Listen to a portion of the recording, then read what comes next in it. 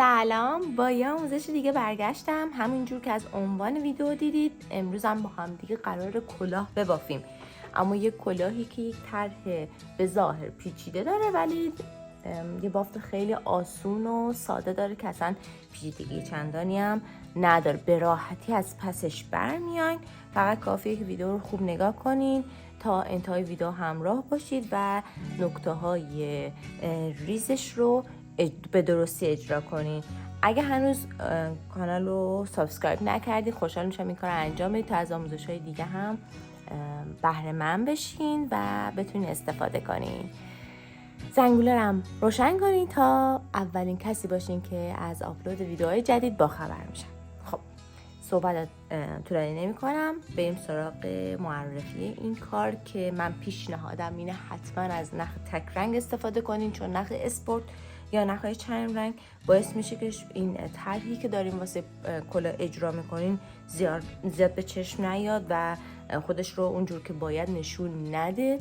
میتونین برای این کلاه از پمپم استفاده کنین یا میتونین استفاده هم نکنین. من خودم بدون پمپم مد نظرمه که استفاده کنم، ترجیحاً بدون پمپم. روی سر خیلی ظاهر خیلی شکل تری داره، اما هم برای بچه ها میتونین از پمپم استفاده کنین، خیلی کیوت و جذاب میشه.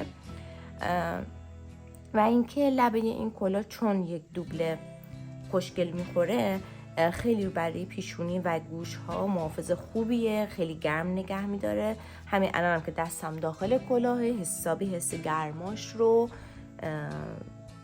حس میکنم. و اینکه بریم برای آموزش و اینکه اصلا چه چیزایی نیاز داریم. من نخی که دارم استفاده میکنم نخ هیمالیا اوریدی سوپر لوکسه. حالا نمیدونم الان هست تو بازار یا نه، نخی که از قبل داشتم. این ضخامت همون ضخامتیه که تو اکثر کامواها میتونین به راحتی پیداش کنین، مثل کارتوپ و بیبی بست یا این کاموایی که تو این ضخامت باشن دقیقاً هم ضخامت با سوپر لوکس هم میتونید ازش استفاده کنین. به یک قیچی احتیاج داریم، به یک سوزن، پمپم در صورت این که اگه مورد نیازتون باشه، و 2 شماره قلاب شماره 2.5 و 3.5 احتیاج داریم. خب بریم برای شروع باف که ببینیم باید از کجا شروع کنیم به کجا برسیم. و اما اینکه چجوری باید کلاه رو شروع کنیم. بچه‌ها اولین کاری که شما باید انجام بدین اینه که لبه کلاه رو کش بافتش رو ببافیم. کش بافت رو من با یه شماره کوچیک‌تر همیشه میبافم تا یه ذره حالت جمع‌تر بگیره که موقعی که کش میاد خیلی وا و شل رفته نباشه. خب من برای این کار برای همین از قلاب شماره کوچیک‌تر میخوام استفاده کنم. و اینکه این کلاه و ابعاد سایز بزرگسال هست و الان میخوام سایز کودک ببافم برای دخترم. پس لبه کلاه رو به جای اینکه پهناش رو 12 سانت بگیرم، این سری میخوام به اندازه 10 سانت بگیرم که وقتی تا میزنه حدود 5 سانت باشه. خب لبه کلاهش تا این اندازه مثلا پهنا داشته باشه. من این اندازه نواری که میبافم رو برای دور سر 58 بافته بودم، به اندازه 48 سانت بافتم، یعنی 10 سانت اجازه کشسانی به کار دادم که قشنگ برای دور سر 58 سانت مناسب بود. پس من نوار رو به اندازه 48 سانت 46 48 سانت ادامه داده بودم. پس چی شد؟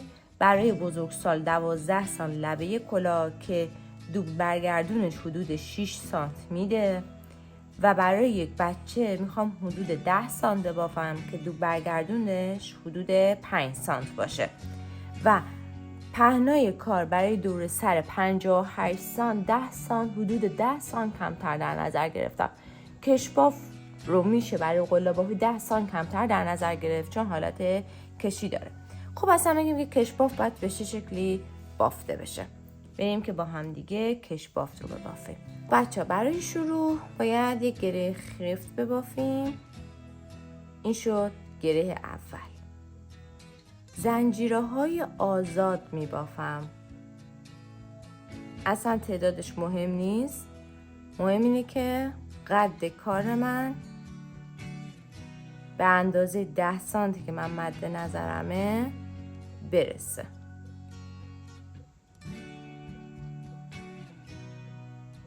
این نخ من چون برای 2 میل بیشتر کاربرد داره یه ذره تو باف ممکنه اذیت کنه. خب یه ذره لبه رو پهن‌تر کنم. خب میخوام زیاد لبش پهن بشه. خب حالا میام چیکار میکنم؟ از اون تعدادی که بافتم یه زنجیره مازاد میزنم، زنجیره پایینی مال خودش میشه و زنجیره سوم. ببینید من باف رو برگردوندم، این قسمتی که حالت گندمی داره نه، برمیگردونم بافت رو. سومی میشه کدوم؟ میشه این. خب ببینین برمیگرده، اولی که خودشه، دومی که مال خودشه، سومی. از سومی یه نخ میگیرم، پایه میبافم. دوباره از حلقه یه نخ میگیرم، پایه میبافم. دوباره یه نخ میگیرم، یه پایه کوتاه میبافم. ببینیم به این شکل باید در بیاد. این پشت کار رو نگاه کنین، بازم حالت گندمی داره، روی کارم حالت گندمی داره. پس توی این کار من از حلقه پشت زنجیره نخ میکشم. ببینین به این شکل. ببینین وقتی که بافت تا انتها میره این قسمت زیرش هم حالت گندمی میگیره. خیلی قشنگتر و دلنشینتر و حرفه‌ای‌تر کارتون به این شکل. پس هر وقت میخواین روی نوار زنجیره یه بافتی رو انجام بدین از داخلش نگیرین ترجیحاً، جز این که بخواین یه خط بیفته یا اصلا موارد بافتش جوری باشه که واقعا نیاز باشه که شما از وسط کار بگیرین. اما ترجیحاً تا جایی که ممکنه نوار رو برگردونین، از حلقه پشتی نوار زنجیره باف رو انجام بدین. یک دونه زنجیره میزنیم برای رج بعد، باف رو میگردونیم و شروع میکنیم به ادامه بافت. زنجیره اول زیریش میشه مال خودش. از زنجیره دوم نگاه کنید 2 تا گندمی داره، 1 2. لوپ پشتی، حلقه پشتی زنجیره یا حلقه پشتی پایه میشه چی؟ جایی که شما باید ازش نخ بگیرید. ببینین از پشت کار شروع میکنیم به پایه کوتاه بافتن به این شکل.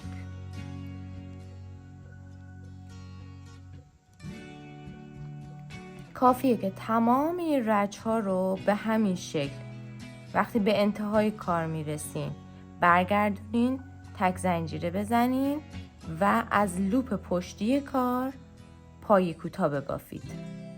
به مرور یک نواری دارین که حالت کش بافت داره به همین شکل.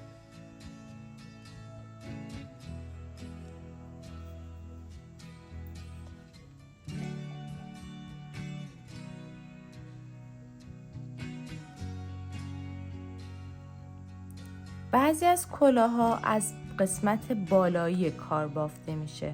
سبک زدن کشباف متفاوته، اما بعضی کلاها مثل این کلاه از پایین کار شروع میشه بافت. پس سبک کشباف بافتنش هم متفاوت میتونه باشه. خب اینم از آخری. دوباره یک زنجیره میزنیم، کار رو برمیگردونم، لوپ بالاییش رو پیدا میکنم. ببینین زنجیره اول مال خودش، زنجیره دوم لوپ پشتی، دیدین؟ از اینجا من پایه کوتاه میگیرم.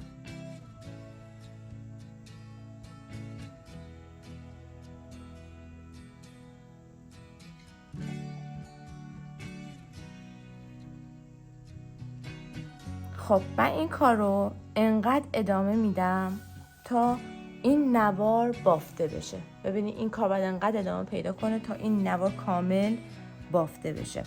اندازه‌ای که من برای قبلی بافته بودم به متری که زده بودم شده بود 48 سانت. برای دور سر 58 سانت 48 سانت این کافی بود. اما برای دور سر بچه من دیگه تا اندازه 42 سانت برای من کافیه. واسه یه دور سر دخترم 42 سانت میگیرم. به اندازه 10 سانت خلافی داره، 10 تا 12-13 سانت حالت کشسانی داره. چون میخوام این سری دستم و شلترم بگیرم و کشباف رو یه ذره آزادترم ببافم، چون دخترم به چیزای کیپ زیاد علاقه نداره. به اندازه‌ای که میخواستم نوارم رو بافتم و الان این حدود 42 سانت پهنای کارم شد که اندازه دور سر دخترم میشه. به این اندازه ببینین این حالت کشسانیشه و الان دیگه میتونم اینو ابتدا و انتهاش رو به هم دیگه وصل کنم. خب برای اینکه وصل انجام بدیم دوباره همون قلاب شماره 2.5 رو برمیدارم و شروع میکنم به بافت وصل. دقت کنین برای وصل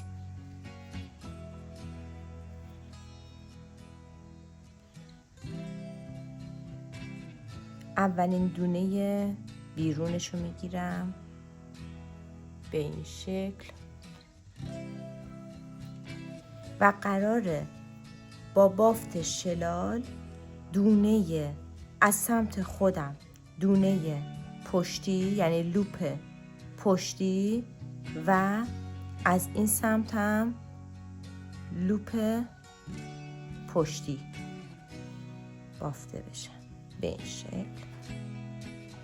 لوپ پشتی، لوپ پشتی به این شکل، لوپ پشتی، لوپ پشتی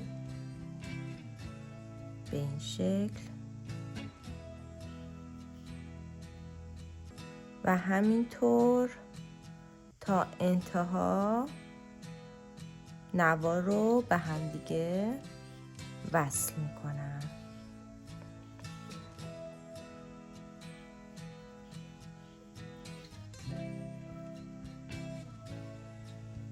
به این شکل نگاه کنید.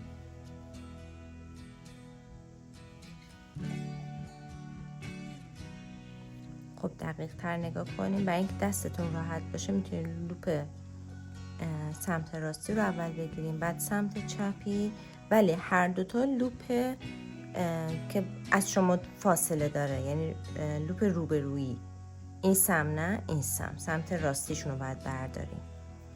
خب به این شکل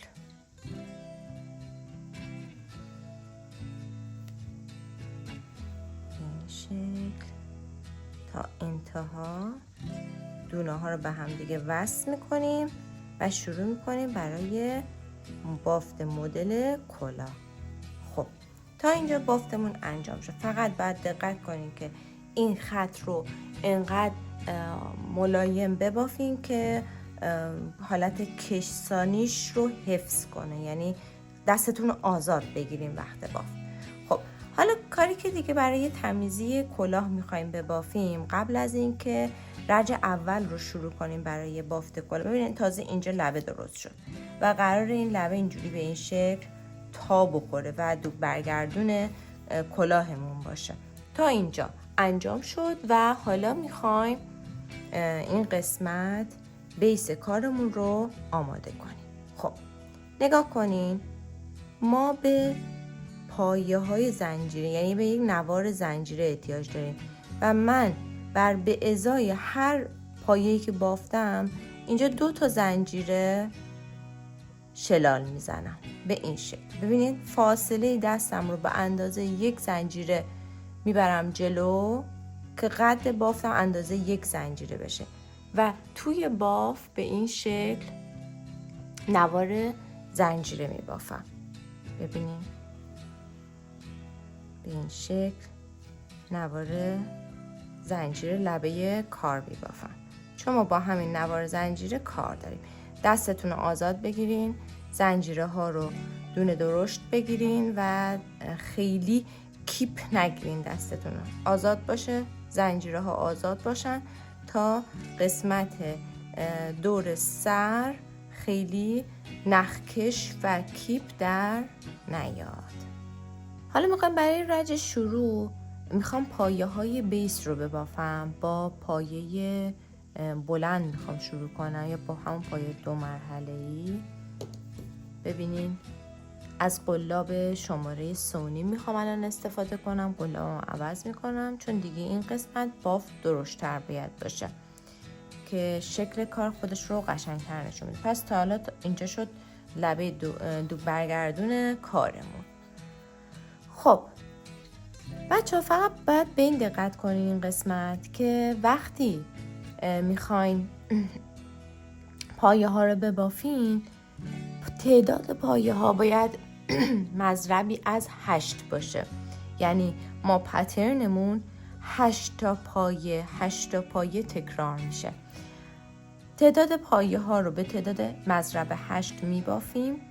اگر این قسمت دونه‌ای کم یا اضافه اومد، با اگه کم مثلا 1-2 تا دونه کم اومد، توی لابلا توی دونه ها 2 تا میبافیم.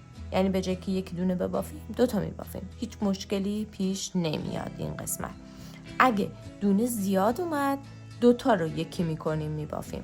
حالا من یه ذره میرم جلوتر بهتون میگم که باید چی کار کنیم. یا از همون اول حساب کنین که تعداد دونه هایی که داریم میبافین مضرب 8 باشه. اگر نشمردین و فقط یک نوار زنجیره بافتین، بعد میتونین توی این مرحله این کار رو انجام بده. این مرحله ممکنه با قلاب سایز بزرگ شما کمی سخت باشه دونه گرفتن براتون، به شرطی که بتونین دستتون رو آزادتر و شلتر بگیری. همچنان این مرحله، این آخرین رج رو هم با قلاب شماره پایین تر یعنی 2.5 استفاده کنی که فقط سریع قلاب به راحتی از داخل بافت رد بشه. خب من گفته بودم اگر بافتتون تعداد دونه هاش زیاد اومد، برای اینکه تعداد دونه ها رو برابر کنیم باید چی کار کنیم؟ اگه زیاد مثلا 2 تا دونه بر من زیاد اومد، من 2 تا دونه رو وسط های باف میام 1 2، خب 2 تا نیمه میبافم با هم یکی میکنم، این میشه 1 دونه. یا میگیم که دونه کم اومد، میخوایم دونه ها رو زیاد کنیم، چی کار میکنیم؟ 1 توی همون دونه من 1 دونه دیگه اضافه میکنم. پس چی شد؟ این قسمت برای اینکه یک وقتی تعداد دونه ها کم اومد یا زیاد اومد. اما اگر نه، تعداد دونه ها به میزان به اندازه است، پس توی تک تک دونه ها میام 1 دونه فقط و فقط 1 دونه میبافم. دیدین؟ به این شکل تعداد دونه ها رو میبافم و دور تا دور این رج رو با همین پایه بافت انجام میدم. پس توجه کنین بافتتون حتما باید مضربی از 8 باشه، چون پترن ما 8 تایی تکرار میشه به این شکل. بعد این لبه‌ای که بافته بودم در ظاهر شاید کار بیهوده‌ای بیاد، اما ببینین این قسمت خطی که بهمون میده، این قسمت تمیزی که بهمون میده واقعا میارزه که ما یک بار یک دور رج شلال ببافیم و از لوپ بالایش بخوایم استفاده کنیم و لوپ پایینی و زیریش برای تمیزی کارمون استفاده بشه. من این رج رو ببافم. خب رج اول بافته شد، بریم برای رج دوم. برای بافت رج دوم من حالا دیگه قلابمو عوض میکنم. قلاب شماره 3.5 و اینم از بافت. پشت این زنجیره، 1 2 3 پشت این زنجیره این حلقه رو میگیرم این پشت زنجیره، این زنجیره، این پشت حلقه پشتیش، حلقه رو میگیرم. خب یک شلال میبافم، خب به هم دیگه وصل میشم. برای شروع من این باف رو از رو میگیرم، ببینین، نگاه کنین، وصل شد. از رو نخ رو میگیرم، 1 2 3 پشت قلاب. دوباره پایه بعدی، نگاه کنین، این پایه بعدیه، قلاب از بین پایه رد میشه، از زیر این پایه میاد به این شکل آزاده کاملا. یه نخ میگیرم، پایه میبافم، دوباره از زیر این در رد میشه و مجدد از زیر 1 2 3 4 4 تا رو. حالا باید پایه زیری رو ببافم. ببین حالا برای پایه زیر یک پشت قلاب میگیریم، قلاب از زیر پایه، از روی پایه رد میشه، یک دونه پایه به این شکل میمونه. نخ رو میارم بیرون به این شکل، یک دونه پشت قلاب، دوباره قلاب، نخ رو میگیره به این شکل، 2 تا، 3 تا،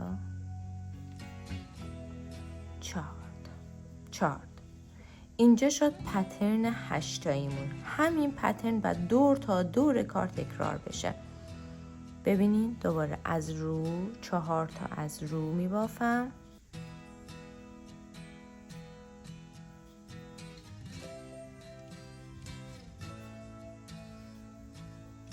و 4 تا از زیر میبافم،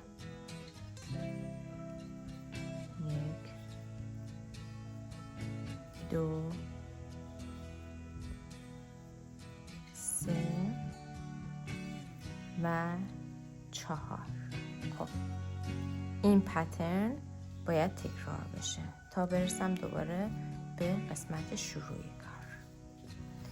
خب الان رسیدیم به نقطه‌ای که باید وصلشون کنیم، ابتدا و انتها. دوباره من از حلقه پشتی زنجیر سومی، من شروع کار 3 زنجیر زده بودم، از سومی از حلقه پشتیش اینو وصلش میکنم. خب اینجا الان باید دقت کنین حسابی. ما قراره توی پترن یک پایه شیفت پیدا کنیم به سمت جلو. یعنی الان این پایه شروع که میخوایم بزنیم، یعنی اگه میخوایم یک پایه شیفت پیدا کنیم، یعنی میشه این رو رو رو، این زیری اولی میشه رو، بعدی میشه زیر زیر زیر، پس اولی روی رج قبل میاد زیر. پس این قسمت باید چیکار کنم؟ پایه رو از زیر ببافم، قلاب رو میارم، از شروع رجم رو از زیر، پایه اولی رو زیر.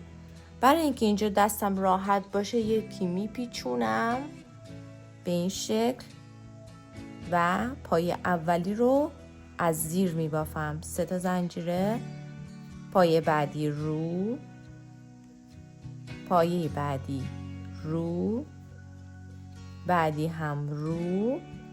پس چی شد؟ از 4 تا روی رج قبل اولی شد زیر، 3 تای بعدی شد رو و اولی زیر رج قبل میاد رو و از رج قبل پس معکوسش میشه چی؟ اولی رو، 3 تای بعدی زیر. یک دونه حالت قرارگیری دونه ها شیفت پیدا میکنه به سمت جلو و این روی اولیش میشه زیر به این شکل.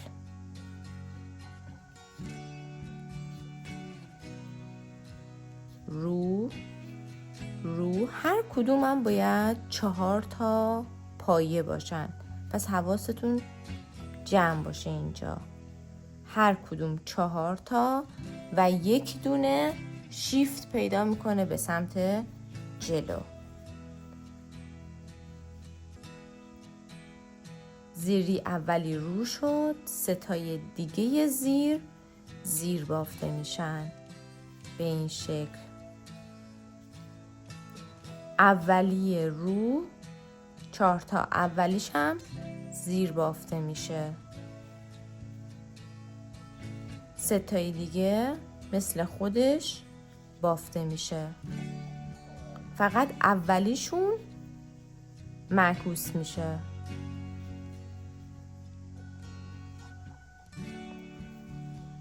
این رجم میبافم، میام برای وصل کردن به قسمت اولش. بچه ببینین من الان رسیدم به قسمت اول رج که قراره ابتدا و انتهاشو به هم دیگه وصل کنم. خب بچه نگاه کنین، این قسمت باید دقت کنین که الان من 4 تای رو بافتم و 4 تا بخش زیر بافت باید بافته بشه. 1 2 این دونه سوم و دونه چهارم که خودش از قبل از زیر بافته بودم. این دونه زیری از قبل بافته شد، حالا فقط باید وصل انجام بشه. من وصل رو انجام میدم با یک شلال. خب این وصل انجام شد. حالا بعدی ببینم چیه. یعنی من الان این پایه‌ای که قراره روش ببافم باید بدونم از همین الان که این پایه زیر هست یا پایه رو. قرار بود که یک دونه شیفت پیدا کنه به جلو، یعنی این دونه رویی بشمارم چند تا روی 1 2 3 4 تا رو دارم. پس الان باید اولی رو شیفت پیدا کنم به مخالفش، یعنی تبدیل به دونه مخالفش کنم، بعدی ها دوباره رو بشن 1 2 3 4 تای بعدش، یعنی دونه اول باید زیر بافت بشه و بقیه رو بافت بشه. پس مسلماً با این حساب این دونه هم باید از زیر بافت پیدا کنه. من نخ رو از زیر میگیرم به این شکل 1 2 3 و حالا شروع میکنم بافت رو ادامه دادن.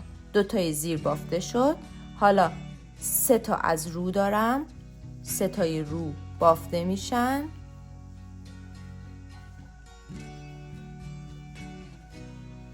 و دونه زیری اولی معکوس میشه، رو بافته میشه و بقیه از زیر بافته میشن. 4 تا از زیر و همینطور باید تکرار بشه. فقط دونه های اول هر 4 تایی، هر دسته 4 تایی دونه اولش معکوس میشه. اگه رو زیر میشه، اگه زیر به رو بافته میشه. 3 تا دونه بعدی هر مدل مجدد روی خودشون تکرار میشن.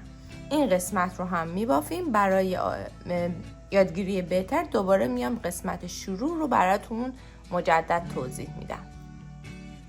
ببین 1 2 3 4 تا زیر داره. خب پس درست.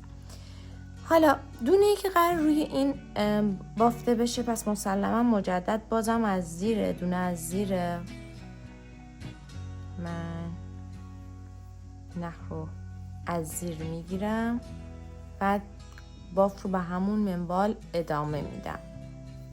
نگاه کنین این رج هم پس دونه شروع من از زیر بود.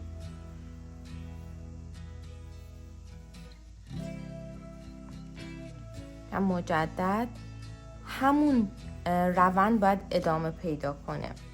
انقدر باید این روند ادامه پیدا کنه که شما برسیم به قد کلاه.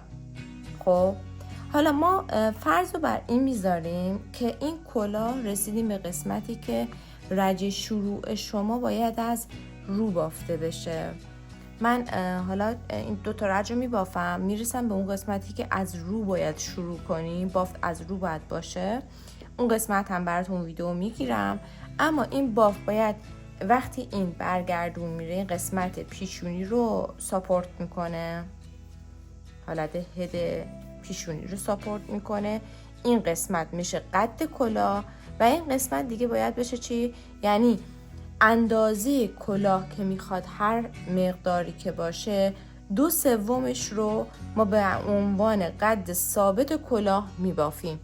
1/3 بقیه اندازه رو برای کم کردن دور سر کلاه استفاده میکنیم. یعنی از اون اندازه دیگه برای کم کردن میخوایم استفاده کنیم. پس من به اندازه 2/3 قد کلاه که مد نظرمه ساده بافی، یعنی بدون کم و زیاد کردن با فقط طرحمو ادامه میدم میبافم. به اندازه 2/3 قد کلاه که رسیدم 1/3 رو بهتون میگم که باید به چه شکلی کار رو جمع کنی. رسیدم به قسمتی که 4 تای آخری که بافتم همه از رو هستن. 4 تای این قسمتی هم که شروع باف بود همه از زیر هستن. وصل ابتدا انتهای رج رو انجام میدم و حالا باید حساب کنم که این دونه اول قراره چه دونه‌ای باشه. خب قرار بود رج بعد یه دونه شیفت پیدا کنه به این سم، یعنی این دونه اولی از 4 تای زیر باید حالا رو بافته باشه. رو باید به چه شکلی ببافیم؟ این بار باید دونه از رو گرفته بشه. باید نگاه کنین این دونه عادی قلاب میره زیر باف و حلقه اول کوچیک‌تر کنم و به همین شکل بافته میشه. 3 تای بعدی زیر از زیر.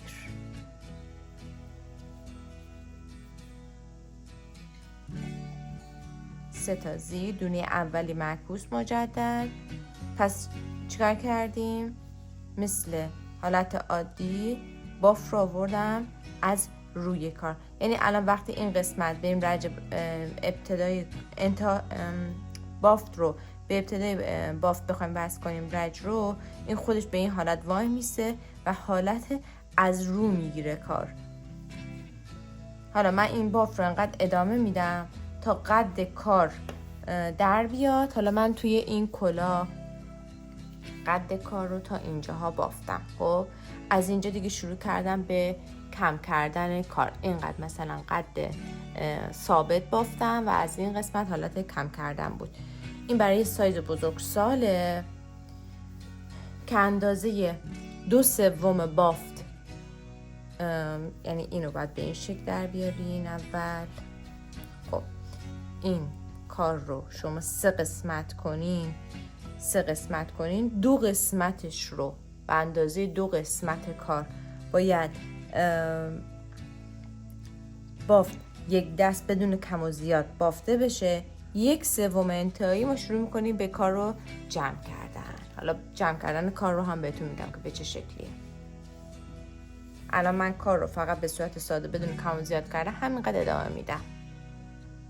رسیدیم به مرحله کم کردن. من برای این قد کلاه 12 رج بافتم، اما برای سایز بزرگسال 12 رج بافته بودم. برای دخترم 11 رج، برای خودم 12 رج.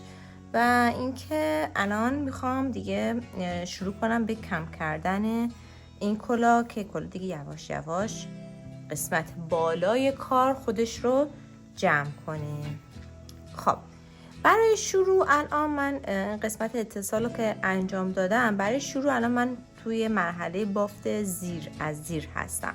پس من نخ رو مجدد از زیر میگیرم و بافت اولش رو انجام میدم.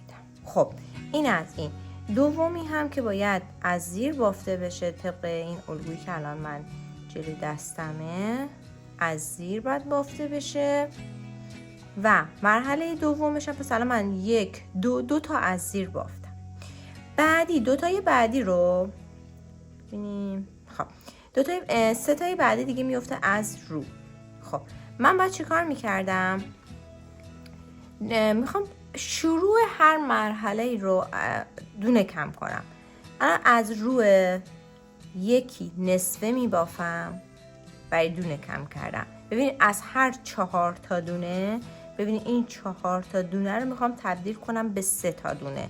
توجه کنید شروع این 4 تا هستم. توجه کنید یکی رو تا نیمه میبافم، تا نیمه دوباره از اول میگیرم. ببینین شروع 4 تا پشت قلابو گرفتم، این از این تا نیمه، دوباره یکی دیگه پشت قلاب بعدی رو هم میبافم به این شکل و حالا همشون رو با هم دیگه میگیرم. خب این از این. بعدی رو هم عادی میبافم و بافت بعدیش رو هم عادی میبافم. این از این. حالا بافت از زیر داریم. دوتای اول قرار بود چی تا نیمه باشه. یکی بافتم پشت قلاب، یکی دیگرم تا نیمه میبافم و حالا با هم یکیشون میکنم. دوتای بعدی از 4 تایی چه زیر چه رو عادی بافته میشه. شروع 4 تا دوتا یکی میشه. این شروع 4 تا یعنی 1 2 3 و یه دونه این میشه 4 تا. دوتای اولشون تا نیمه بافته میشن، دوباره پشت قلاب سری گرفته میشه، دوباره نیمه بافته میشه و یکی میشه. به همین شکل این رج رو باید ادامه بدیم. اول رجی که داریم کم میکنیم، دوتایی که از زیر بافته بودیم برای شروع به صورت تکی بودن، پس دوتای اولی مثل 4 تایی قبل باید با هم دیگه دوتا یکی بشن. به این شکل دوتا یکی بعد با هم جمع میشن و نقطه انتها و ابتدای رج بعد با شلال به هم دیگه وصل بشن. دوتا رج به صورت نورمال روی این بافت باید بافته بشه. خب پس اینم جز بافت از زیر به حساب میاد. این رج از زیر میبافم، بعدیش هم از زیره. این قسمتی که به عنوان رج شروع هست، اینم تار. خب قسمت هم که به عنوان رج شروع هست باید از زیر بافته بشه. ببینین دو تا رو با هم میگیرم، از زیر میبافم. حالا باید دقت کنیم دونه های 4 تا دسته تبدیل به دسته های 3 تایی میشن. دوتا از زیری هم که جفت بافته شده بودن هم باید با هم بگیرم و قرار بود از رو بافته بشه. خب از رو میبافم، یعنی باید اون دوتاهایی که یکی شدن رو به حساب یک دونه بگیریم ببافیم. خب 3 تای رو بافته شد. حالا زیر باید ببافم. 1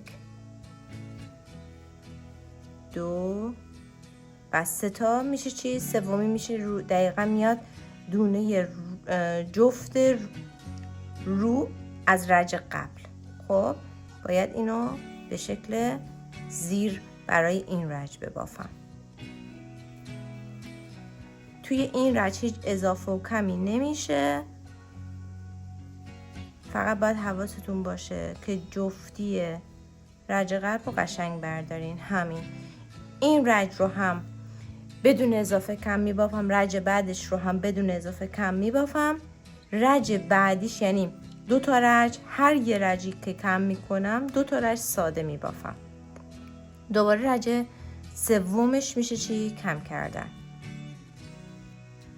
خب رسیدیم به مرحله دوم کم کردنمون، یعنی ما توی این رج کم کردن انجام دادیم. 2 رج روش من عادی بافتم بدون کم کردن و توی این رج الان قراره مجدد شروع کنیم به کم کردن بافت. خب اینجور که من دارم میبینم الان اینجا باید بافت از رو باشه.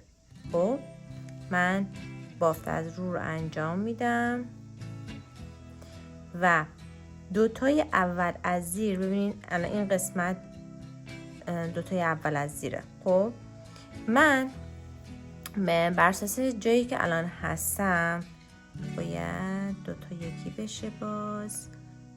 پس اولی از رو میبافم. برای 2 تای بعدی ببینید 2 تا زیر داریم با یه دونه این رو اولی که باید زیر بافته بشه، پس 3 تا دونه است که زیر باید باشه. 2 تای اولی یکی میشن، 1 نصفه، 2 نصفه و با هم دیگه یکی بافته میشن. آخریه ساده بافته میشه. حالا ببینین 3 تا از رو، اینا باید 3 تا از رو بافته بشن. خب طبق باف باید این 3 تا از رو بافته بشن. 2 تای اول تا نیمه بافته میشن، یکی میشن، یعنی 2 تا تبدیل به 1 پایه شدن. دونه آخر ساده بافته میشه. 2 تا نصفه بافته میشه، 1 میشه. دونه بعدیش چه زیر چه رو ساده بافته میشه، یعنی دیگه کم و زیاد نمیشه.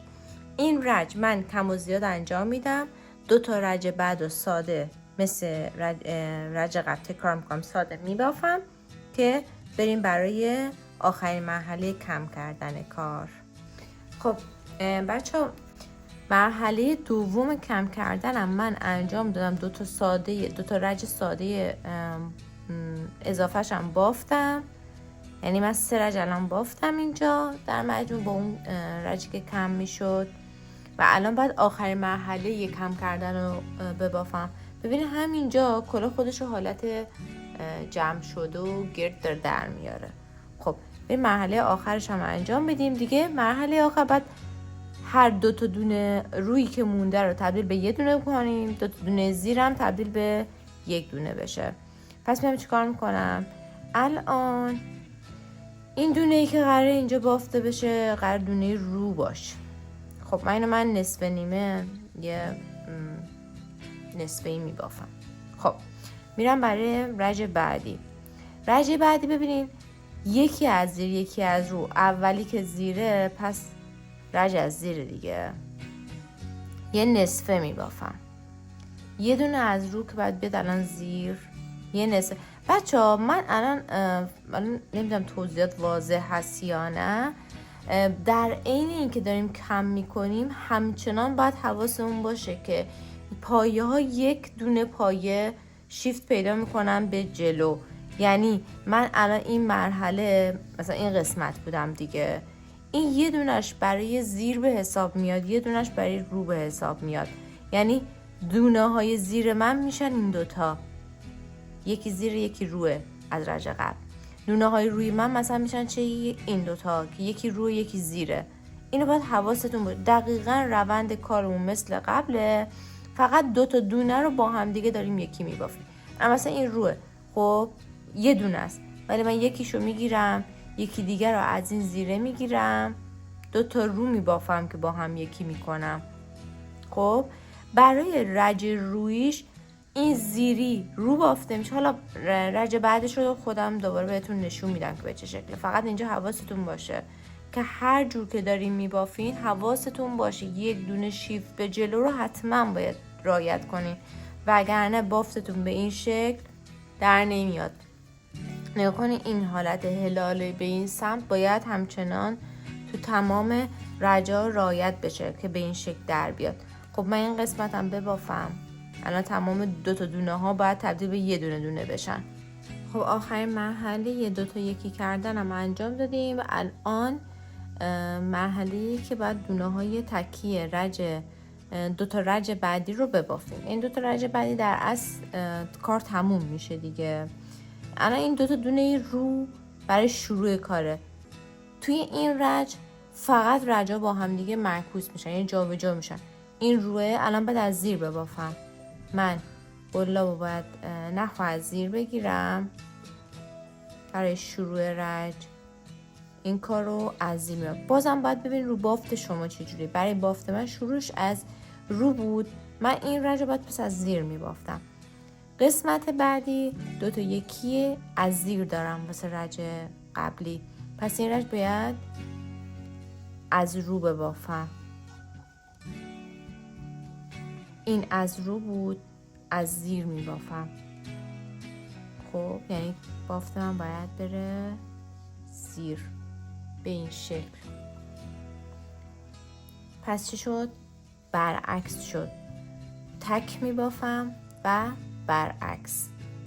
خب این رج رو هم من الان که بافتم یک بار دیگه تکرارش میکنم و دیگه تمام. رج از روی رج بعدم از زیر. رج آخر هم بافته شد، یعنی از رجی که 2 تا یکی کرده بودیم، یعنی آخری که یکی دیگه در میون میشد، من یه رج دیگه هم روش بافتم، یعنی 2 بار ساده بافی انجام دادم. ببینیم به این شکل یکی در میون باف رو انجام دادم و این دیگه رج آخره.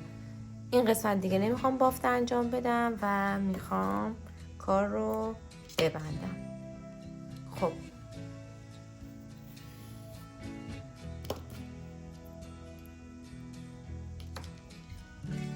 یه سوزن احتیاج داریم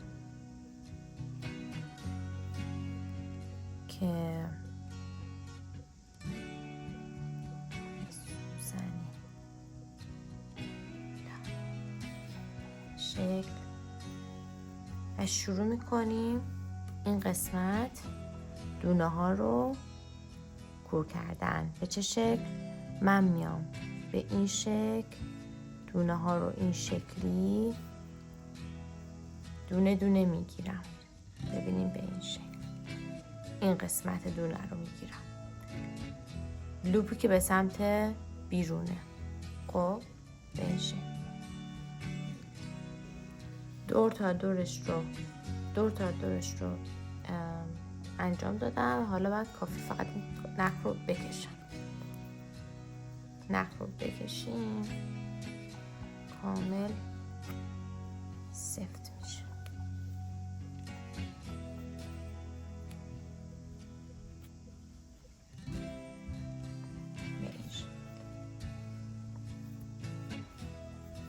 الان اینجا شما میتونید یه پمپم بهش اضافه کنین، به این شکل میتونید یه پمپم بهش اضافه کنین یا کلا فیکسش کنین و گره بزنین و کار تموم. ببین به این شکل جمع شد. حالا من میخوام واسه دخترم پمپم بزنم. رنگ مشکی رو گرفتم چون با کاپشنش سته. حالا این بیاد اینجا کار خیلی با نمک میشه. یه عکس تو سرم بهتون نشون میدم که به چه شکلیه. حالا باید اینجا یه تایی بخوره و دیگه تمام. این کلاه شما خیلی هم گرمه، خیلی هم بافت منسجمی داره، بافت نرمی داره و به راحتی میتونین ازش استفاده کنین. خیلی خوشحال میشم اگر بافتین عکس نمونه کاراتون رو ببینم و اینکه اگه نظری پیشنهادی دارین خوشحال میشم که با من در میون بذارید. تا ویدیوهای بعدی، خدا نگهدار.